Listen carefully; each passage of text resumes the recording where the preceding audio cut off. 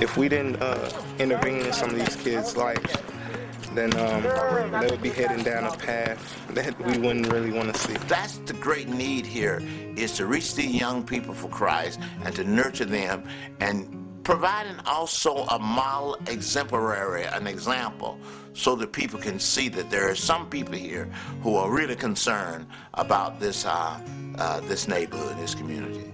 They say we have a house where you can live with your boys. Being a single parent, I jumped on it. And it's been very rewarding for us. I plan to start buying, my home or whatever. I plan to send my kids to college, see them prosper in life. My plans are to just see all of us develop in the way that I know that we can, and through this program, I know that that is possible.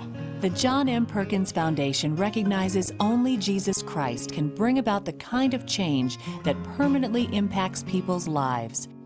A transformation that can change a community from decline, drugs, and despair to renewal and growth. Dr. John Perkins grew up in dire poverty in the pre-civil rights South.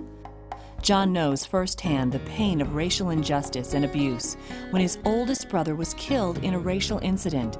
And during the civil rights movement, John was very nearly beaten to death while in jail. In 1957, John came to know Christ as the Lord of his life. He and his wife, Vera Mae, became determined to work for change in their town of Mendenhall, Mississippi.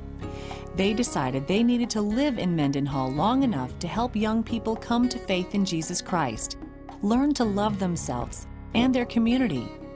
Then, when these young people received an education, they could come back and build the community. The goal of the Perkins Foundation is to raise up indigenous leaders from this neighborhood who will stay in school, go off to college, get some skills, and bring these skills back to the neighborhood and the community. From this grassroots effort grew today's John M. Perkins Foundation for Reconciliation and Development, a nonprofit organization committed to raising up Christian leaders who will remain in that community to stabilize it and fill the vacuum of moral, spiritual, and economic leadership often lacking in poor communities. The great problem in the urban community, and particularly in the black community, is the breakdown of the family and also the breakdown of the community. And the successful people leave the community, and we're always moving out, upward and out, and leaving the most vulnerable, the poor, in those ghettos. Our desire is to see these people as people created in the image of God and has the possibility and get the joy out of managing their own life, taking responsibility for their own life, and taking the responsibility for the community.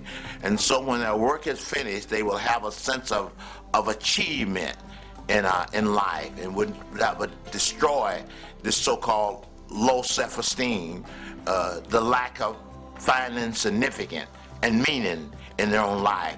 In 1989, the Perkins Foundation helped create a network of individuals, ministries, and churches called the Christian Community Development Association. Today, the foundation is comprised of two ministries: the Spencer Perkins Center, which strives for racial reconciliation and leadership development, and the Zechariah 8 Housing Program, which seeks to empower and stabilize families. I say to Daddy, I said, I got it. And he says, what is it? And I said, Zechariah 8. I said, that's what I want our community to look like. I want it to look like where old people and young people will once again walk around in the streets. And the people will be able to sit on their, old people will be able to sit on their porches and enjoy their porches and not be locked in their houses. And the children will be able to gain knowledge and wisdom from these older people. And so they can transfer that wisdom to them. And so it was just like, oh man. And so he was like, yeah, that's it. Zechariah 8 represents the rebuilding of a kingdom, a rebuilding of Jerusalem. It was to reflect the place where God dwelled and where God dwelled among his people. And that we want to make our neighborhood and our community reflect that kingdom. And this is something that is doable. You got to keep in mind that the highest virtue in society is the virtue of loving your neighbor as you love yourself. That's a community value in our society. You understand? And so we want to return that to a relationship to our neighbors. The Zechariah 8 project is creating a neighborhood community in West Jackson. Through donations, the Perkins Foundation will purchase and renovate homes and teach home ownership skills. Families can apply to the Zechariah 8 program to live in one of these homes. In turn, they are expected to be involved and committed to the Perkins Center. Eventually, they will purchase their home to bring stability to their family and the community. We're standing in front of a typical Z8 house. We purchased this house earlier this year, and with the help of the construction crew from Seattle and other volunteer groups, we're turning it into a home where a family can live, hopefully within the next year.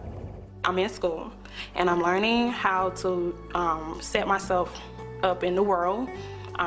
They're teaching me how to own my own home, and my kids, it has helped my kids out a whole lot. They're going to church, they're learning how to respect others, they're learning how to give back to our society as well as our community.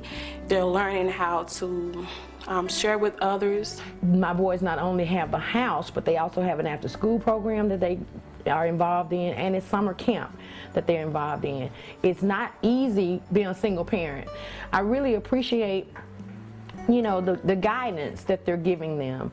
You know, they're giving them moral support as well as spiritual support. With the Good News Club, the Good News Club I think is the most awesome thing, because they come home and they're just so ready to learn that Bible verse for next week. And, you know, I just think it's a wonderful thing. I feel the Perkins Center is having a wonderful impact on the kids. Just, you can see it through just the transformation from when they first came here to where they're at now. It benefits them educational-wise. It benefits them as far as being in a Christian environment. They're learning, you know, about their God, and they're not, you know, not being out on the streets and doing negative things. The benefit is everybody learning how to do something positive with themselves. Sometimes society's problems seem out of control, hopeless. But at the Perkins Center, lives are being transformed and communities renewed. There is hope, and we invite you to join us. What inspires me most when I look at what we're doing here is the children. Seeing them grow and learn and seeing the light and hope in their eyes is more than I can ask for. Some of the kids that we work with are now in college, and how they are not just average, they're above and beyond. That excites me to see that our little touch, our little pat is helping in some way. Go to the people, live among them, love them, learn from them, plan with them. Start with what they know, build on what they have. And as the best leaders, when our work is finished, our task is done, we want the people to say, we've done it ourselves.